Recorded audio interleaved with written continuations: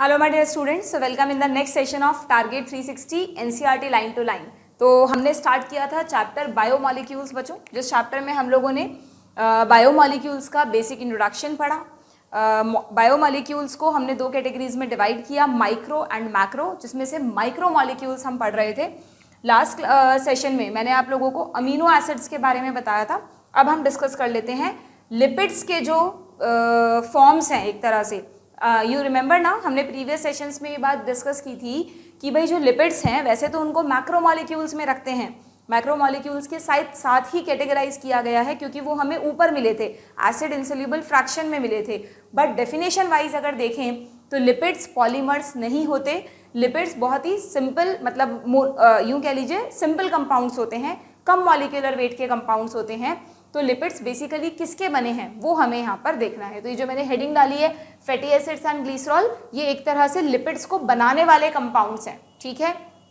तो देखो, सिर्फ एक ही पैराग्राफ इस चैप्टर में लिपिड्स के बारे में है बच्चों, यहीं पर लिपिड्स की सारी कहानी तुमको समझनी है। ओके, तो यहाँ क्या लिखा है, lipids are generally water insoluble. ये तो सबको पता है, तेल और पानी का क्या नाता है ना। तेल, पानी के ऊपर आप तेल डालोगे, ऑयल डालोगे तो वो डिजोल्व नहीं होता, उस पर लेयर बन जाती है, क्योंकि लिपिड्स जो हैं वो वाटर इनसोल्यूबल हैं और तेल भी तो एक तरह का लिपिड है।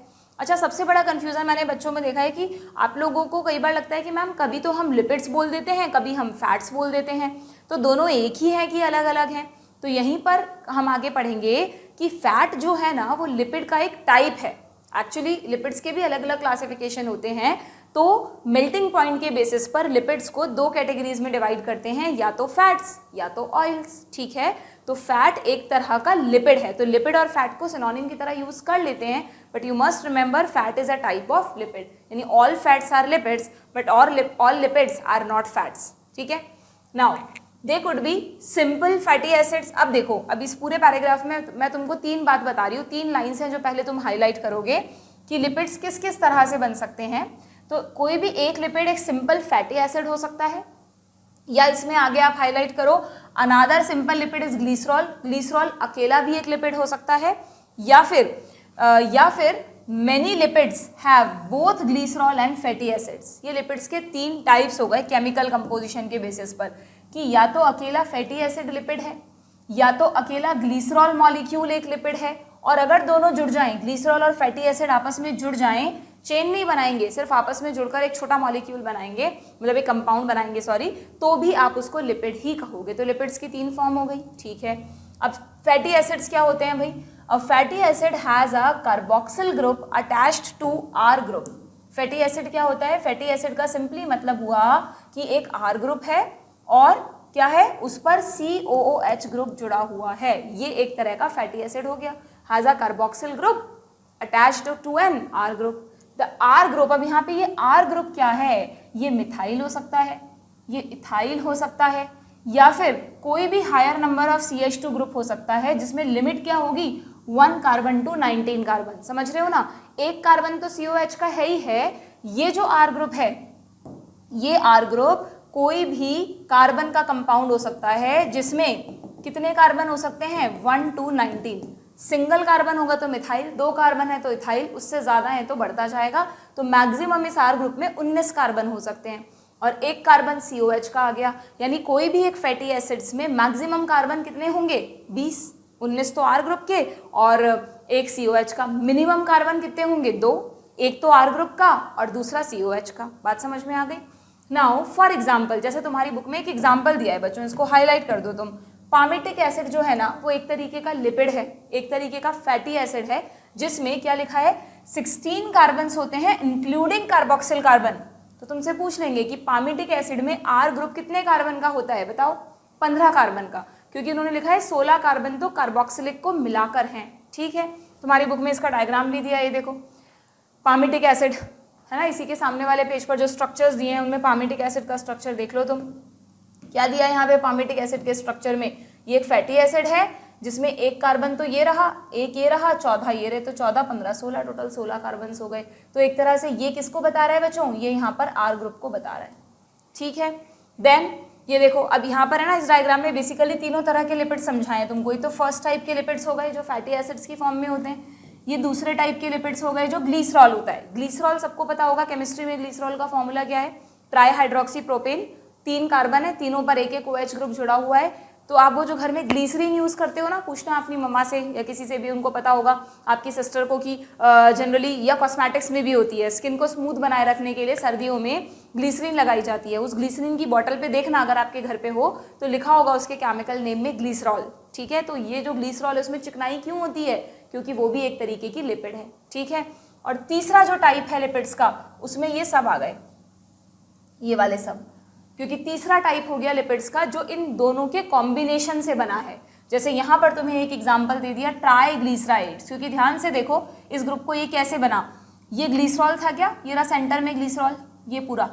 अगर मैं इसको एक बार डॉटेड लाइन से बना देती हूँ जिससे तुम इसको समझ सको, जस्ट अ मिनट, ये एक्चुअली ग्लीसरॉल था, देखो ये ग्लीसरॉल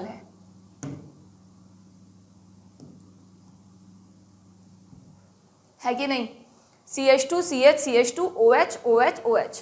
अब तीनों में एक एक H को हटाते गए और उसकी जगह एक एक फैटी एसिड आता गया।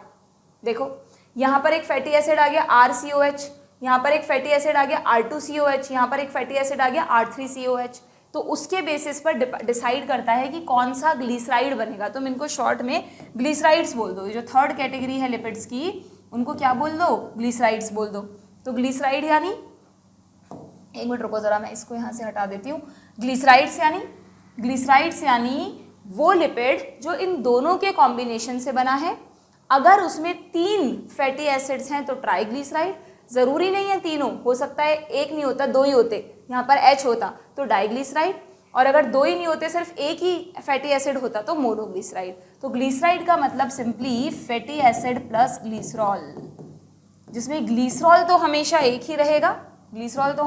ही रहेगा, फैटी एसिड एक हो सकते हैं, 2 हो सकते हैं या 3 हो सकते हैं, बेस्ड ऑन विच ग्लिसराइड्स का नामकरण कर दिया जाता है, मोनोग्लिसराइड, डाइग्लिसराइड और ट्राइग्लिसराइड्स, ठीक है।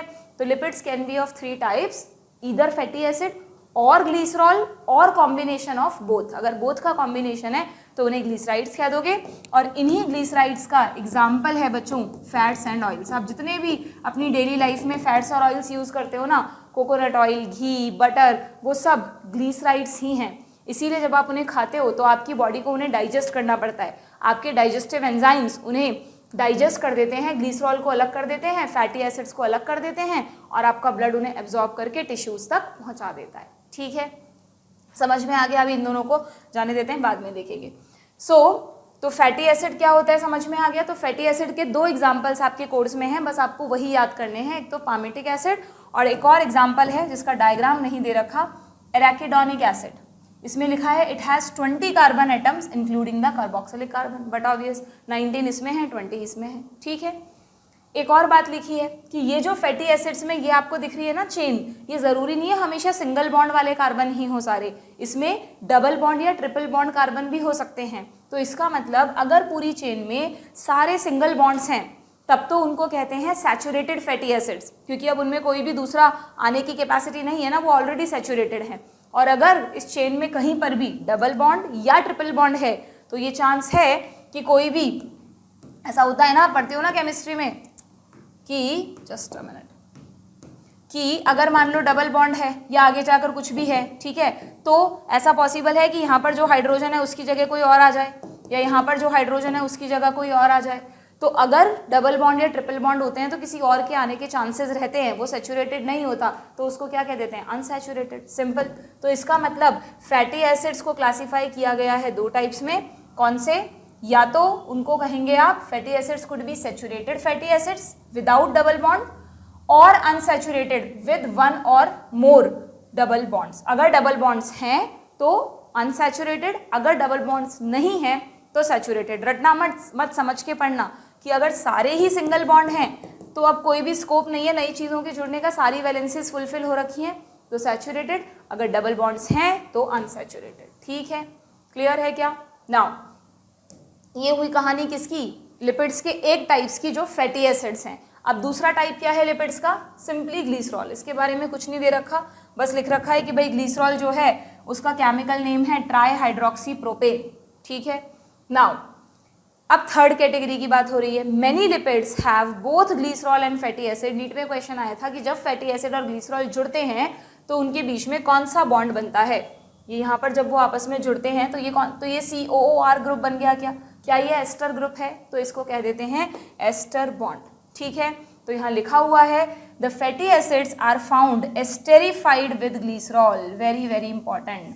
फैटी एसिड किसके साथ एस्टेरिफाइड हो रहे हैं? ग्लिसरॉल के साथ। नंबर किसका वेरी करेगा, ग्लिसरॉल का या फैटी एसिड का? ग्लिसरॉल तो एक ही रहेगा, 3 कार्बन वाला, वो सेंटर में है, उस पर डिपेंड करेगा एक फैटी एसिड जुड़ रहा है, 2 जुड़ रहे हैं या 3 जुड़ रहे हैं। ठीक है, they can be monoglyceride, diglyceride, triglyceride. क्योंकि देखो नाम कैसा है, जब हम पढ़ते हैं ना मोनोग्लिसराइड और डाइग्लिसराइड तो हमको लगता है 1 ग्लिसरॉल 2 ग्लिसरॉल, नहीं, ग्लिसरॉल सेम है। ये वर्ड किसके लिए आया है? फैटी एसिड्स के लिए आया है। ठीक है, these are also called fats and oils। कैसे कैटेगराइज किया हमने? बहुत सिंपल है, बेस्ड ऑन मेल्टिंग पॉइंट। जैसे आपने देखा है ज़्यादातर जो मेल्टेड फॉर्म में रहते हैं रूम टेम्परेचर पे भी, तो इसका मतलब वो क्या हुए? वो ऑयल्स हुए। ठीक है, जो भी आपके वेजिटेबल ऑयल्स वगैरह आप यूज़ करते हो वो मेल्टेड फॉर्म में रहते हैं। Vegetable oil, groundnut oil, mustard oil, sunflower oil. ठीक है, लेकिन जो क्या हो जाते हैं, जो सॉलिडिफाइड हो जाएंगे, उनको आप क्या कहेंगे? फैट। जैसे इसको समझाने के लिए मैंने मतलब एक तरह से मैं आपको ये बताना चाह रही हूँ कि अगर हम इन दोनों का मेल्टिंग पॉइंट कंपेयर करें ना बच्चों, तो बट ऑब्वियस ऑयल्स का मेल्टिंग पॉइंट कम है, ऑयल्स का क्या है? मेल्टिंग पॉइंट क्या है? लोअर है, जबकि फैट्स का मेल्टिंग पॉइंट क्या है? हायर है। यहाँ पर लिखा हुआ नहीं है इसलिए मैंने यहाँ पर टेबल बना दिए। देखो, अगर आप फैट और ऑयल को कंपेयर करो तो फैट में जनरली फैट्स के सोर्सेज है ना वो एनिमल्स हैं। आप कोई भी फैट देख लो, आप वो सारे लिपिड्स याद करो जो कि जम जाते हैं, जैसे कि घी सर्दियों में जम जाता है, बटर, एग योक, ये भी एक तरीके का, योग में प्रोटीन भी होता है बट लिपिड्स भी होते हैं। ठीक है, कौन से? फैट्स। तो ये तो किस में आ गए? ये सब आ गए फैट्स में। ठीक, क्यों? क्योंकि इनका मेल्टिंग पॉइंट क्या है? हाई है। जब आप हाई टेम्परेचर पर इनको रखोगे, गर्म करोगे तब पिघलेंगे, ये कम टेम्परेचर पर जम जाएंगे। ठीक है, लेकिन ऑयल्स क्या हुए? ऑयल्स जो हैं उनका मेल्टिंग पॉइंट लो है, यानी वो कम टेम्परेचर पे भी पिघले हुए ही रहते हैं, जैसे कि आपके सारे वेजिटेबल ऑयल्स। इसलिए यहाँ लिख दिया इनका मोस्टली सोर्स क्या है? वेजिटेबल्स। ठीक है, अब यहाँ पर एक एक्सेप्शन है बच्चों, बहुत इंपॉर्टेंट एक्सेप्शन है। कोकोनट ऑयल और पाम ऑयल, सर्दियों में नारियल का तेल जम जाता है, तो आपको लगेगा कि यार इसको तो हमें कहाँ, मतलब इसके नाम में ऑयल आता है तो उसको ऑयल्स के साथ रखना चाहिए, बट नहीं, क्योंकि इसका नेचर देखो ना तुम, ये इन्हीं फैट्स की तरह सर्दियों में जम रहा है। इसका सर्दियों मतलब कम टेम्परेचर पर जम रहा है, तो इसका मतलब कोकोनट ऑयल को कहते तो हम ऑयल हैं, लेकिन वो एक फैट है। ठीक है, सेम ऐसा ही पाम ऑयल्स में भी होता है। पाम ऑयल जिसको नॉर्मल लैंग्वेज में डालडा घी बोल देते हैं ना, तो वो डालडा घी बोलते हैं, लेकिन क्योंकि वो एक फैट है बट एक्चुअली में उसका नेम है पाम ऑयल। तो ऑयल आ रहा है तो इसका मतलब यहाँ रखोगे तुम्हें लगेगा यार तो ऑयल होना चाहिए, बट डालडा घी का भी वही नेचर होता है, नारियल के तेल की तरह वो भी जम जाता है। तो पाम ऑयल भी कहाँ आएगा? फैट्स में आएगा।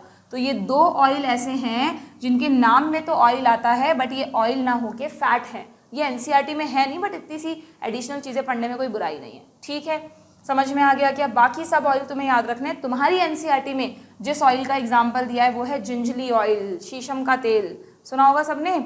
वो सर्दियों में तिल्ली का तेल यूज़ करते हैं क्या? जिंजली ऑयल, बस वही है ये। ठीक है, very very important, gingelly oil. ठीक है, ये आया हुआ भी है नीट में क्वेश्चन, तो प्लीज़ ध्यान रखिएगा, जिंजली ऑयल। Okay, clear?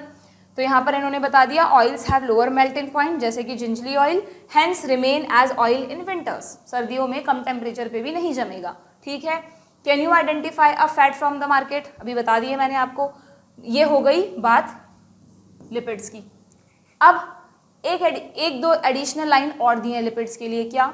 जैसे अब तो तुम लोग ना तो डिटेल में नहीं पढ़ते हो, पढ़ना भी नहीं है तुम्हें, बट पहले ऐसे क्लासिफिकेशन भी हम पढ़ते थे, simple lipids, conjugated lipids, derive lipids, तो वो तुम्हें सारे नहीं दिए, उनमें से कुछ एग्जाम्पल्स दिए हैं। क्या? सम लिपिड्स हैव, इसको तुम हाईलाइट कर दो, बहुत इंपॉर्टेंट है, some lipids have phosphorus and a phosphorylated organic compound in them, these are called phospholipids। पहचान गए? सेल चैप्टर में पढ़ा था, सेल मेम्ब्रेन किसकी बनी है? फॉस्फोलिपिड्स की। ध्यान है, हमने ऐसे स्ट्रक्चर बनाया था, हेड टेल, उसके सामने भी ये, तो ये हेड टेल वाला क्या था? ये फॉस्फोलिपिड ही तो था। ठीक है, तो फॉस्फोलिपिड्स जो हैं वो क्या हैं? वो एक तरीके के क्या हैं बच्चों? वो एक तरीके के लिपिड्स ही हैं, बस उनमें क्या ऐड हो गया, लिपिड्स में यहाँ पर ऐड हो गया, sorry for the disturbance, phosphorus या कोई भी फॉस्फोराइलेटेड ऑर्गेनिक कंपाउंड, ठीक है। और फॉस्फोलिपिड का एक एग्जाम्पल भी यहाँ पर दिया है, they are found in cell membrane, sorry they are found in cell membrane, lecithin is one of the example, और इसीलिए एनसीईआरटी में तुम्हें यहाँ पर लेसिथिन का फोटोग्राफ दे रखा है, तो हो सकता है तुम्हें पहचानने के लिए आ जाए, ठीक है। तो जहाँ भी फॉस्फोलिपिड पढ़ो वहाँ पे एग्जाम्पल में लेसिथिन जरूर लिखना, तो याद रहेगा। देखो कितना कॉम्प्लेक्स सा स्ट्रक्चर है ना, ये देखो ये ग्लिसरॉल हो गया एक तरह से, इधर एक फैटी एसिड जुड़ा हुआ है, इधर फैटी एसिड जुड़ा है, यहाँ पे एक ऐसा फैटी एसिड का कॉम्प्लेक्स फॉर्म जुड़ा हुआ है जिसमें फॉस्फोरस ग्रुप भी है, फॉस्फोराइलेटेड ऑर्गेनिक कंपाउंड जुड़ा हुआ है, ठीक है। डन। देन नेक्स्ट और क्या लिखा है, एक लाइन और लिखी है कि some tissues specially the neural tissues को अलग कलर से हाईलाइट कर देना if possible, some tissues specially the neural tissue have lipids with more complex structure. इसका एग्जाम्पल तुम्हें दिया नहीं है बट मैं लिखवा देती हूँ, एग्जाम्पल स्फिंगोलिपिड्स, स्फिंगोलिपिड्स आप पढ़ते हो न्यूरॉन्स में माइलिन शीथ पढ़ते हो ना, माइलिनेटेड न्यूरॉन, जिसने पढ़ रखा है उसे पता है, नहीं पढ़ा तो पढ़ाऊंगी। तो जो माइलिन है वो एक तरीके का लिपिड ही होता है, तो जो स्फिंगोलिपिड्स हैं वो न्यूरल टिश्यूज में होते हैं और वो कुछ अलग तरह के कॉम्प्लेक्स स्ट्रक्चर्स शो करते हैं। तुम्हें बस ये स्टेटमेंट याद रखना है, नथिंग एल्स, ठीक है। बाकी तुम्हें यहाँ पर एनसीईआरटी ने थ्योरी में नहीं दिया बट लिपिड्स में ही तुमको कोलेस्ट्रॉल का एग्जाम्पल भी दिया है, ठीक है। यू ऑल नो कोलेस्ट्रॉल को तो कौन भूल सकता है भाई, हर जगह आ जाता है ऑप्शंस में, तो कोलेस्ट्रॉल भी तो, और हमारी सेल मेम्ब्रेन में भी तो थे छोटे छोटे मॉलिक्यूल, तो ये कोलेस्ट्रॉल का स्ट्रक्चर है। बाई चांस थोड़ा सा पहचानने के लिए आ जाए तो याद रखना ऐसे 4 रिंग्स हैं, इधर OH जुड़ा हुआ है, इधर इस तरह का एक स्ट्रक्चर है, तो ये कोलेस्ट्रॉल का डायग्राम है। तो कोलेस्ट्रॉल भी क्या हुआ, एक तरह का लिपिड ही है। क्लियर। तो ये आपको कुछ लिपिड्स के 5 लिपिड्स के एग्जाम्पल्स दिए हैं जो आपको ध्यान रखने हैं, ठीक। इनको कॉमनली लिख दिया, देखो fats and oils that is lipids. Clear, done. आगे बढ़ जाएं। देन लास्ट पैराग्राफ पर आ जाते हैं, जिसको कि मैंने आपको हेडिंग डलवाई थी, न्यूक्लियोटाइड्स के बारे में है ये। देखो भाई, living organisms have a number of carbon compounds in which heterocyclic rings can be found. If you remember, जब मैंने आपको सिंपल शुगर्स के स्ट्रक्चर दिखाए थे तो मैंने तुम्हें कहा था कि अगर रिंग में हर जगह कार्बन ना होके कोई और एटम आ जाए तो उन्हें आप हेटेरोसाइक्लिक रिंग्स कह सकते हो। तो यहाँ पर भी क्या हुआ, जब हम DNA RNA के मोनोमर्स की बात कर रहे हैं, किसकी बात कर रहे हैं, यहाँ मैं ऊपर लिख देती हूँ, मोनोमर्स ऑफ DNA RNA। ये जो न्यूक्लियोटाइड है ये मोनोमर है इनका, ये अलग है, इसको पढ़ेंगे अभी हम, ठीक है। तो लिविंग ऑर्गेनिजम्स में कई सारी हेटेरोसाइक्लिक रिंग्स के कंपाउंड होते हैं। Some of these are nitrogen bases. पढ़ा है जेनेटिक्स में बहुत जगह नाइट्रोजनस बेसेस। नाइट्रोजनस बेसेस में आप 5 नाइट्रोजनस बेस पढ़ते हो, कौन कौन से, adenine, guanine, cytosine, uracil, thymine, ठीक है। व्हेन फाउंड अटैच टू, अब देखो ये नाइट्रोजनस बेस है ना, इसका स्ट्रक्चर कहाँ है, पहले तो ये रहा एनसीईआरटी में, ये 2 तरह के नाइट्रोजनस बेस दिखाए हैं बच्चों तुमको। यहाँ पर डिटेल में नहीं बताऊंगी क्योंकि जेनेटिक्स में बहुत अच्छा सा डिटेल में पढ़ना होता है, बट अभी इतना याद रख लो कि जो नाइट्रोजनस बेस हैं वो 2 तरह के होते हैं। एक तो होते हैं प्यूरिन्स और एक होते हैं पायरिमिडीन्स, ठीक है। प्यूरिन्स में आता है एडेनिन और गुआनिन, ये 2 प्यूरिन्स हैं, ठीक। और पायरिमिडीन्स में 3 आते हैं, साइटोसिन, अभी लिखे थे ना पीछे नाम, थाइमिन, ये रहे देखो, adenine, guanine, cytosine, uracil, thymine, ठीक है। इसमें क्या आते हैं, थाइमिन और यूरेसिल। तो ये जो 5 नाइट्रोजनस बेस हैं उनमें से 2 प्यूरिन्स हैं, 3 पायरिमिडीन्स है। देखो क्या फर्क है दोनों में, दिख रहा है क्या।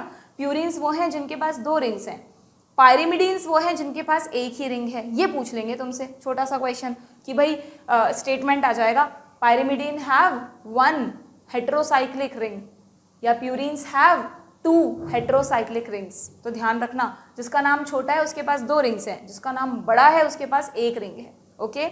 और हेटेरोसाइक्लिक क्यों कहा, देखो यहाँ पे कार्बन के अलावा नाइट्रोजन भी है, ऑक्सीजन नहीं है, यहाँ नाइट्रोजन है, इसलिए ये भी क्या हुई, ये भी हेटेरोसाइक्लिक रिंग्स हुई, ठीक है। तो नाइट्रोजनस बेसिस 2 तरह के हो गए, जिनके पास 2 रिंग्स हैं वो प्यूरिन्स, 1 रिंग है वो पायरिमिडीन। प्यूरिन्स के एग्जाम्पल एडेनिन, गुआनिन, पायरिमिडीन के एग्जाम्पल साइटोसिन, थाइमिन, यूरेसिल। ये जिन बच्चों ने जेनेटिक्स पढ़ रखी है ना उनको तो टिप्स पे हैं बच्चों ये नाम, तो तुम चिंता मत करो, बहुत अच्छे से याद हो जाएंगे तुमको वहाँ पर। ओके, अब इन रिंग्स को ड्रॉ करने के लिए तो कोई कहेगा नहीं तुमको, ठीक है, इनके कोई सब्जेक्टिव एग्जाम में भी इतना टिपिकल जाके नहीं पूछते। आइडेंटिफाई करने के लिए ज़रूर आ सकता है, तो ध्यान रखो कि हमारी बुक में एडेनिन का डायग्राम है और इन तीनों में से यूरेसिल का डायग्राम है, ठीक है, एडेनिन का है और यूरेसिल का है, ठीक। अब ये नाइट्रोजनस बेस मोनोमर नहीं है डीएनए आरएनए का, डीएनए आरएनए का मोनोमर है न्यूक्लियोटाइड, लेकिन वो बना कैसे वो समझना। कोई भी इन पांचों में से कोई भी एक नाइट्रोजनस बेस उठा लो, ठीक है, और उस नाइट्रोजनस बेस से तुम जोड़ दो एक शुगर जोड़ दो, तो बन जाएगा न्यूक्लियोसाइड। क्या बन जाएगा? न्यूक्लियोसाइड। देखो ये रान अब की बार इन्होंने क्या किया, शुगर कौन सी जोड़ोगे, ध्यान है कार्बोहाइड्रेट में मैंने तुमको राइबोज एंड डीऑक्सीराइबोज शुगर बताई थी, प्रीवियस सेशन मिस कर रखे हैं तो नहीं ध्यान आ रहा होगा। राइबोज शुगर, और मैंने कहा था सेकंड कार्बन पे से O हट जाएगा तो डीऑक्सीराइबोज शुगर। अगर डीएनए बनाना है तो ये वाली शुगर उठा लो, आरएनए बनाना है तो ये वाली शुगर उठा लो, ठीक है। तो दोनों में से कोई भी शुगर उठा लो और उसको किसी भी एक नाइट्रोजनस बेस के साथ जोड़ दो। ओके, तो क्या बनेगा, अभी भी न्यूक्लियोटाइड नहीं बना, अभी भी बना है न्यूक्लियोसाइड। इसको क्या कहते हैं? न्यूक्लियोसाइड। ABCD में क्या होता है? QRST, S पहले आता है T बाद में आता है ना, तो इसका नाम है S साइड, इसके बाद जो बनेगा वो आएगा टाइड, ठीक है। तो यहाँ पर देखो क्या किया, जो ये शुगर का दिखाया, अब तुम्हें ये वाली रिंग नहीं दिखाई है, ये वाली रिंग नहीं दिखाई है, इस पूरे स्ट्रक्चर को एडेनिन को यहाँ लिख दिया, ये रहा एडेनिन, ये पूरा स्ट्रक्चर है यहाँ पर एज इट इज। यहाँ यूरेसिल, ये पूरा स्ट्रक्चर है एज इट इज यहाँ पे, ठीक है। तो यहाँ तो इनके नाम लिख दिए और उसको किस पे जोड़ दिया? शुगर पे जोड़ दिया। ये शुगर है, ये शुगर है, और क्योंकि O लगा हुआ है तो इसका मतलब ये राइबोज शुगर है। This is what? This is ribose sugar, क्योंकि O पहचान सकते हो ना तुम, सेकेंड कार्बन पे तुमको O दिख जाए तो पहचान जाना कि राइबोज शुगर की बात हो रही है। अगर O नहीं लगाते तो डीऑक्सीराइबोज की बात हो रही होती, ठीक है। अब क्या करें, न्यूक्लियोसाइड बन गया, अभी भी मोनोमर नहीं बना। अब दो चीजें जुड़ गई हैं, शुगर जुड़ गई है और नाइट्रोजनस बेस जुड़ गया है। अब क्या करो, इस शुगर में मैंने तुमको बताया था क्या कि ये पहला कार्बन होता है ऑक्सीजन के बाद वाला, ये दूसरा, ये थर्ड, ये फोर्थ, और जो बाहर निकला रहता है वो फिफ्थ कार्बन होता है, बताया था। इस फिफ्थ कार्बन पे एक फॉस्फेट ग्रुप और जोड़ दो। ये देखो CH2OH है ना, OH में से H हटा दो और यहाँ पे एक फॉस्फेट ग्रुप जोड़ दो, H3PO4। फॉस्फेट का मतलब H3PO4, फॉस्फोरिक एसिड, ठीक है। तो नाइट्रोजनस बेस हो गया, ये शुगर हो गई और एक फॉस्फेट ग्रुप हो गया। तो यहाँ पर कौन कौन जुड़ गया? नाइट्रोजनस बेस प्लस शुगर तो आपस में जुड़ ही चुके थे, प्लस उस पर फॉस्फेट और जोड़ दो। इन तीनों के जुड़ने से जो यूनिट बनी उसको क्या कहते हैं? उसको कहते हैं न्यूक्लियोटाइड। अब ये मोनोमर है, मोती बन गया है, अब इन मोतियों को जोड़ के डीएनए या आरएनए की माला चेन बना लो, ठीक है। समझ में आ गया? तो किसी भी न्यूक्लियोटाइड में तीन चीजें होती हैं, तीन कंपोनेंट्स होते हैं। कौन कौन से? एक तो होती है शुगर सेंटर में, उसके फर्स्ट कार्बन पे जुड़ा रहता है नाइट्रोजनस बेस और उसके आखिरी फिफ्थ कार्बन पे जुड़ा रहता है फॉस्फेट ग्रुप। शुगर को इधर से पकड़ा है नाइट्रोजनस बेस ने, इधर से पकड़ा है फॉस्फेट ग्रुप ने, तीनों ने मिलकर बना दिया न्यूक्लियोटाइड। बहुत सारे न्यूक्लियोटाइड जुड़ेंगे तो बनेगा न्यूक्लिक एसिड, ठीक है। डन, समझ में आ गया? ध्यान रहेगा, फर्स्ट कार्बन पे ये जुड़ता है, फिफ्थ कार्बन पे फॉस्फेट जुड़ता है। ये देखो क्या लिखा है यहाँ पर, तो यहाँ लिखा हुआ है कि when nitrogenous base found attached to a sugar, they are called nucleoside. ओहो, कौन सा कलर आ गया? They are called nucleoside. If a phosphate group is also found, then it is called nucleotide. और देखो एक और बात लिखी है, फिर से एस्टर बॉन्ड बन रहा है। जब फॉस्फेट ग्रुप जुड़ता है ना शुगर के फिफ्थ कार्बन पे, तो दोबारा से एस्टेरिफिकेशन होता है। अभी फैटी एसिड और ग्लिसरॉल में भी हुआ था, यहाँ भी होता है, ओके। और जब न्यूक्लियोसाइड और न्यूक्लियोटाइड बन जाते हैं तो इनकी नेमिंग की जाती है बच्चों। तो न्यूक्लियोसाइड्स की नेमिंग कैसे होती है और न्यूक्लियोटाइड्स की नेमिंग कैसे होती है, इनके नाम तुम्हें एनसीईआरटी ने दिए हैं। मैं दोनों को एक बार अलग कलर से हाईलाइट कर देती हूँ, बताती हूँ ये नेमिंग कैसे की गई है। ये तो हो गए न्यूक्लियोसाइड्स के नाम और ये हो गए न्यूक्लियोटाइड्स के नाम, ठीक है। आगे क्या लिखा है, nucleic acids like DNA and RNA consist of nucleotides, DNA and RNA function as a genetic material. अब ये नेमिंग कैसे की, उसके लिए मैंने यहाँ पर एक टेबल देख लो तुम, जिससे तुम्हें समझ में आ जाएगा बहुत इजीली। आरएनए की भी बात कर लेते हैं और डीएनए की भी बात कर लेते हैं। ये आरएनए के हैं, ये डीएनए के हैं। अच्छा, एक बात और ध्यान रखना उससे पहले कि ये जो 5 बताए ना मैंने तुमको, सबसे पहले वाले कौन, नाइट्रोजनस बेस, इन 5 में से ये तो कॉमन है, इधर लिख देती हूँ। ये जो 5 बताए मैंने तुमको, क्या, एडेनिन, गुआनिन, साइटोसिन, थाइमिन और यूरेसिल, तो उसमें से ध्यान रखना ये चारों होते हैं डीएनए में, एडिनोसिन, गुआनिन, साइटोसिन और थाइमिन, और इसको हटा दो टी को, तो बाकी जो 4 बचे वो होते हैं आरएनए में। ठीक है, समझ में आ गई बात। यानी ए, जी और सी तो कॉमन है, सिर्फ टी और यू का फर्क है, टी डीएनए को दे दो, यू आरएनए को दे दो। ठीक, तो नेमिंग में भी उसी चीज का ध्यान रखा गया है। आरएनए के बेस हुए ए, जी, सी और यू, डीएनए के बेस हुए ए, जी, सी और टी। ठीक, अब इनके न्यूक्लियोसाइड कैसे नामकरण करोगे उनका, देखो। न्यूक्लियोसाइड मतलब राइबोज शुगर किससे जुड़ गई है, राइबोज शुगर जुड़ गई है नाइट्रोजनस बेस से। और डीऑक्सीराइबो न्यूक्लियोसाइड मतलब डीऑक्सीराइबोज शुगर किससे जुड़ गई है, शुगर चेंज करनी पड़ेगी ना हमको, डीऑक्सीराइबोज शुगर किससे जुड़ गई है, अपने नाइट्रोजनस बेस से, क्योंकि 4 तरह के नाइट्रोजनस बेस इसके पास हैं, तो 4 तरह की न्यूक्लियोसाइड्स ये बनाएगा, 4 तरह के ये बनाएगा। कैसे नाम दोगे, एडेनिन का नाम कर दो एडिनोसिन, गुआनिन का कर दो गुआनोसिन, यानी ओसिन लगा दो।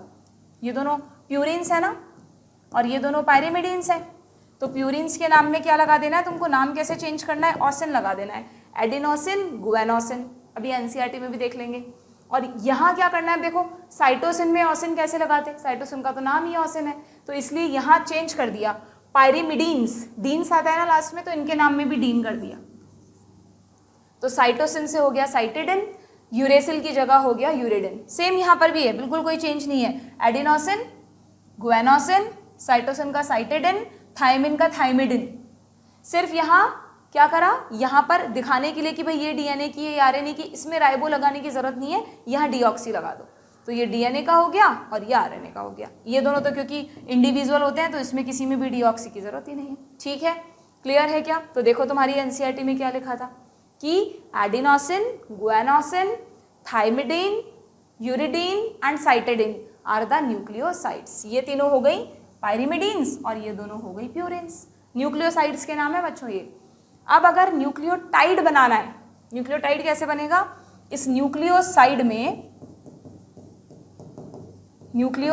में फॉस्फेट जोड़ दो तो क्या बन जाएगा, न्यूक्लियोटाइड बन जाएगा, है ना। तो क्या हुआ देखो, बहुत आसान है। एडिनोसिन की जगह ये हो गया एडिनाइलिक एसिड। अभी रुको, इसको तुम ये मत पढ़ो, एडिनाइलिक एसिड। क्यों, क्योंकि फॉस्फेट कौन है, फॉस्फोरिक एसिड है, तो अब ये एसिडिक हो गया, तो क्या हो गया, एडिनोसिन की जगह एडिनाइलिक एसिड। वैसे देखा जाए तो इनको हम नाइट्रोजनस बेस कह रहे हैं, यानी ये तो बेसिक नेचर के कंपाउंड है, पर हम हमेशा न्यूक्लिक एसिड्स के नाम में ही एसिड आ रहा है, तो हम उनको एसिडिक नेचर क्यों बोलते हैं, because of this phosphoric acid. ये इनको एसिडिक बना देता है, इसकी डोमिनेंट प्रॉपर्टीज हैं। ठीक है, तो adenylic acid, guanylic acid, uridylic acid, cytidylic acid. तुम्हारी बुक में तो ऐसे ही लिखा हुआ है, ये देखो, इसलिए मैं तुम्हें यही वाले नाम याद करा रही हूँ। Thymidylic acid, guanylic, uridylic, cytidylic. सिर्फ डाइलिक करके एसिड लगाना है और कुछ नहीं करना, पांचों में, है ना। यहाँ क्यों करा उन्होंने, आप जैसे बोलते हो ना एसिटिक एसिड को एसीटेट लिख देते हो, तो एडिनाइलिक एसिड को एडिनाइलेट लिख दिया, गुआनाइलिक को गुआनाइलेट लिख दिया, तो कोई फर्क नहीं है, यहाँ पे ऐसे लिख दो चाहे इसको ऐसे लिख दो। ठीक है, और ये एएमपी क्यों लिखा है, देखो एक और कॉन्सेप्ट समझ लो, ये आगे काम आएगा। भाई एडिनाइलिक एसिड का मतलब क्या, कि एडिनोसिन से एक फॉस्फेट जुड़ गया, तो क्या मैं इसको एडिनोसिन मोनोफॉस्फेट बोल सकती हूँ, adenosine monophosphate, guanosine monophosphate, uridine monophosphate, cytidine monophosphate बोल सकते हैं ना। तो इसलिए इनकी नेमिंग ऐसे भी कर दी जाती है कई बार, बस यहाँ पर डीऑक्सी लगा दो साथ में, तो अंडरस्टूड हो जाएगा वो। ठीक है, और इससे तुम्हें कुछ क्लिक कर रहा है क्या, जब तुम एटीपी की फुल फॉर्म बोलते हो तो क्या बोलते हो, एडिनोसिन ट्राइफॉस्फेट, तो एक तरह से वो क्या होता होगा, वो भी एक तरीके का न्यूक्लियोटाइड डेरिवेटिव ही तो हुआ बच्चों। अगर हम एडिनोसिन मोनोफॉस्फेट में एक फॉस्फेट ग्रुप जोड़ा है हमने, यहाँ पर हम क्या करें कि एक के बाद एक और जोड़ दें, फिर एक और जोड़ दें, 3 फॉस्फेट ग्रुप जोड़ दें, तो ये क्या बन जाएगा, एडिनोसिन ट्राइफॉस्फेट। तो एटीपी एक तरह का न्यूक्लियोटाइड डेरिवेटिव है, ठीक है, आ सकता है नीट में स्टेटमेंट लिखकर। ओके डन, आएगा इस चैप्टर में आगे एक जगह स्टेटमेंट आएगा ये वाला, ठीक, समझ में आ गया नेमिंग कैसे करते हैं। तो नीट में आए हुए हैं ऐसे क्वेश्चंस, तुमसे पूछ लेंगे, ऑप्शंस दे देंगे कि इनमें से पहचानो कौन से नाम न्यूक्लियोसाइड्स के हैं, कौन से नाम न्यूक्लियोटाइड्स के हैं। तो टाइड्स के तो पहचान लोगे, एसिड लिखा हुआ होगा, बट न्यूक्लियोसाइड्स और नाइट्रोजनस बेस के नामों में बहुत कंफ्यूजन हो जाता है कई बार। जैसे साइटोसिन को न्यूक्लियोसाइड मत कर देना, साइटोसिन तो एन बेस है, साइटिडीन न्यूक्लियोसाइड है, ठीक है। तो एक बार तुम्हें थोड़ी सी प्रैक्टिस करनी पड़ेगी, एक बार ये टेबल बना लेना अपने हाथ से अपने आप, तो याद हो जाएंगे नाम, ठीक है डन, अच्छे से समझ में आ गया। तो यहाँ पर तुम्हारे बायो माइक्रोमॉलिक्यूल्स वाला पार्ट हुआ खत्म।